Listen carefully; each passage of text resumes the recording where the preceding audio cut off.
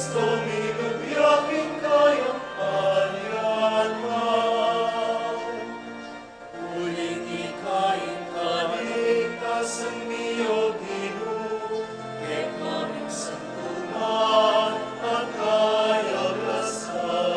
Bisan pabalayan mo ket kayang asdagan, at iyak uking lugod na ning Diyos kapwa, at iyak uking